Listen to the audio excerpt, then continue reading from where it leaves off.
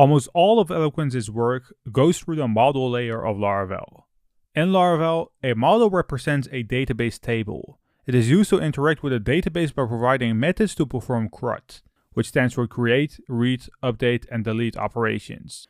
The model provides a way to represent the data as objects, making it easy to work with data inside an application. Now, the purpose of a model is to abstract away the database operations and provide a clean interface for the application to interact with the data. Now, this also makes testing easier, as the application can be developed using mock data, and then later integrated with the database. When working with models, Eloquent offers a set of model conventions, which is basically a set of practices and guidelines for working with Eloquent models in Laravel.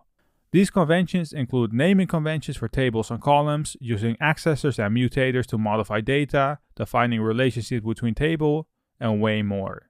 By following these conventions, developers can create more consistent and maintainable code when working with models.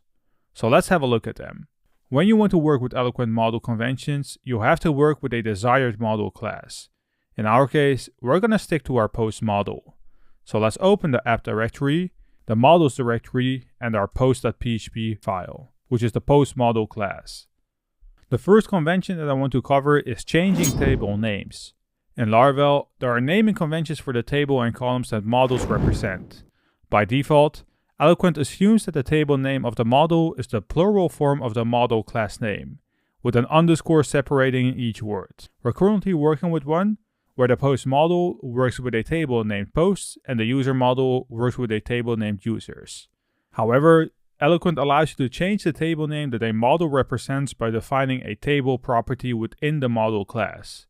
Now, whenever you want to define properties inside your model, you need to start off with an access modifier. And in the case of the table, it is protected, where the name needs to be equal to table, that needs to be set equal to a string that will represent a table name.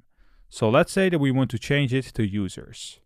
I'm going to demonstrate it through Tinkerwell. There's no need to follow, I just want to show you what will change by overriding the table property. In Tinkerwell, I'm simply going to make a call to my post model, where I'm going to get all values. And we will learn more about the queries later on. In the output, you will see that we haven't retrieved the data from the post table, but instead, we have retrieved the data from the users table. Now, you might wonder when this is useful, and I sometimes do too.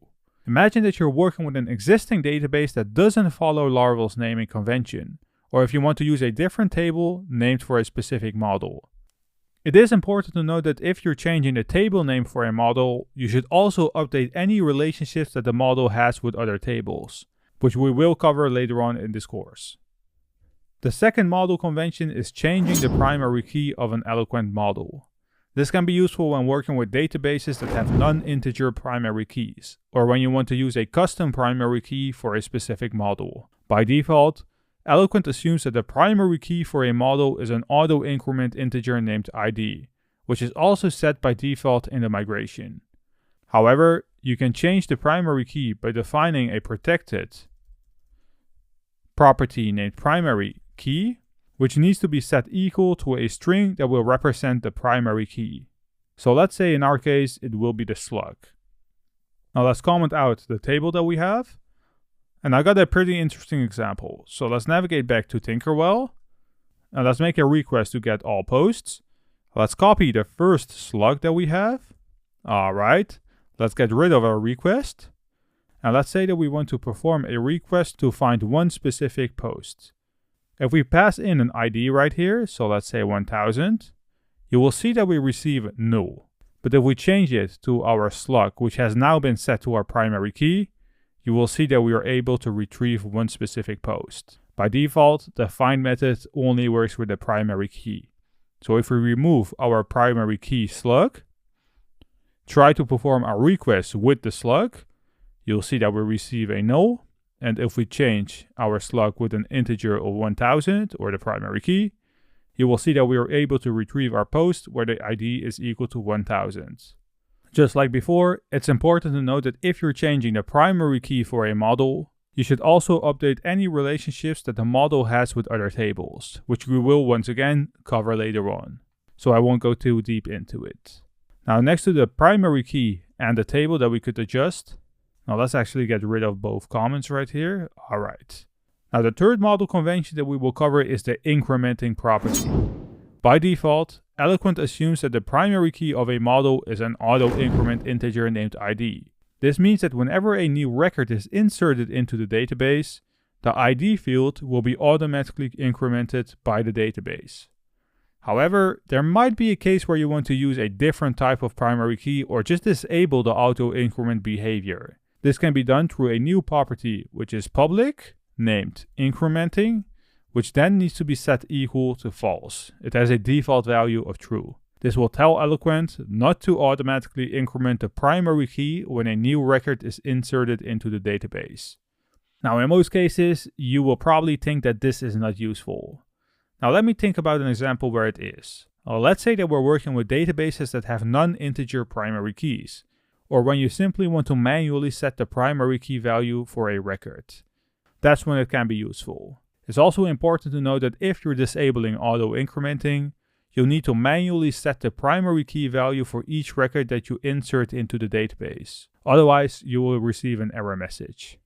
Additionally, you should also avoid non-unique primary keys, as this can cause issues with record retrieval and relationship.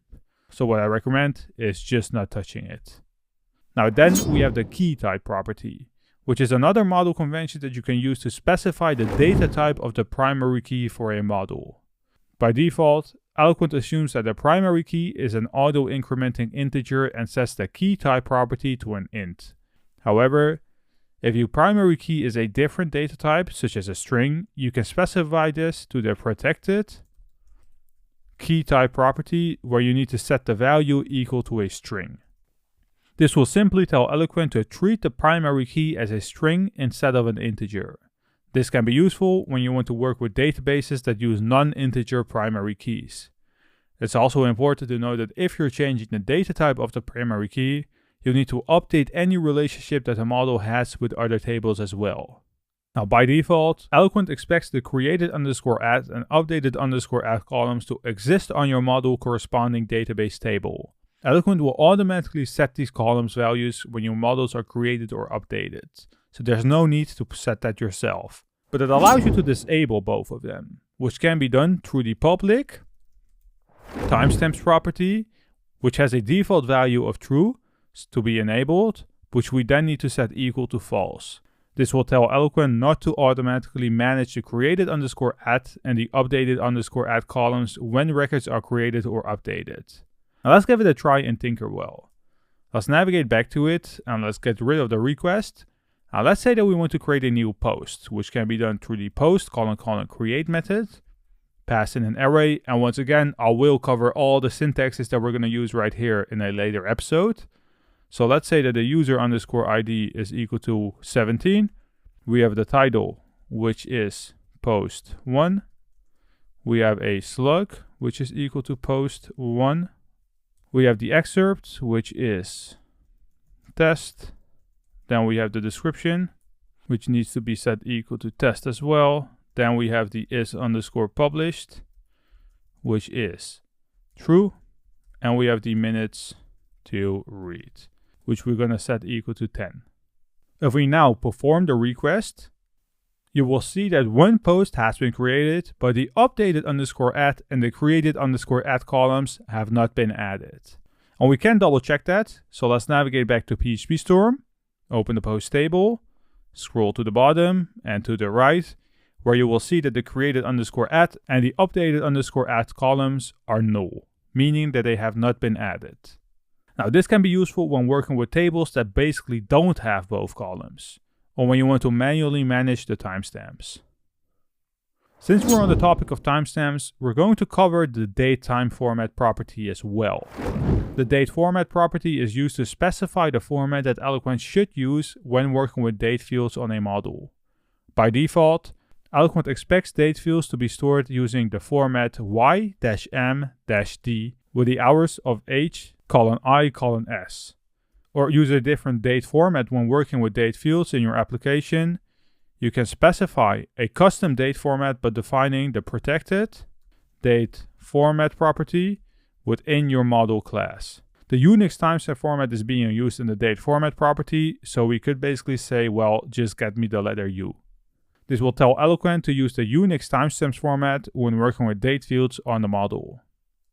Eloquent also allows you to rename the created_at and the updated_at columns through the constant created_at keyword, which needs to be set equal to a string, but also the const update_at, which also needs to be set equal to a string, where the string value will represent the new column names. So let's say date_created_at, and let's say date_updated_at. Once you define these constants in your model, Laravel will automatically use the new column names when saving timestamps to the database.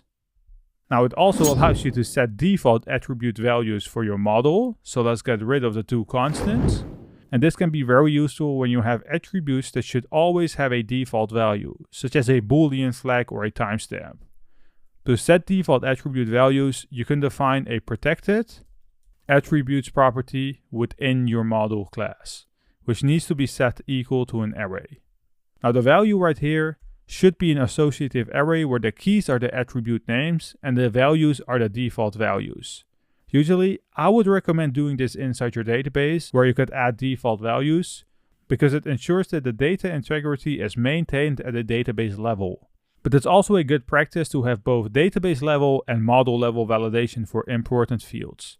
So let's say right here that the user ID has a default value of 1, the is_published column has a default value of false, and the description has a default value of please add your description right here.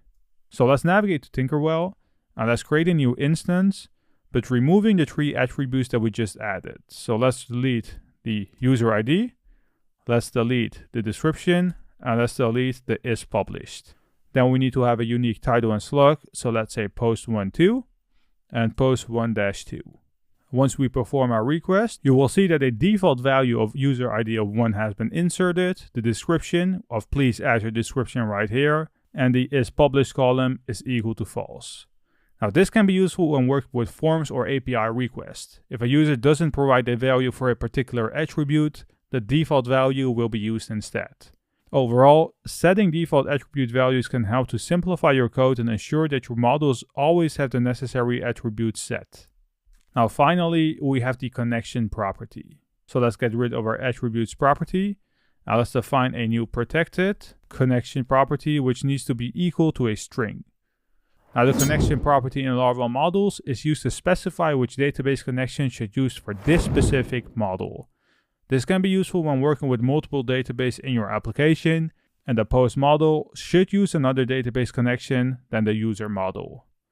Now the string value of our property connection should be equal to the database name inside your database configuration file, so let's say SQLite. This tells Eloquent to use the SQLite database connection for only the post model, so not for any other model. It's important to know that if you're using a different database connection for a model, you should ensure that the connection is defined in your application's configuration file. Also, you should update any query that interacts with the model to use the correct database connection.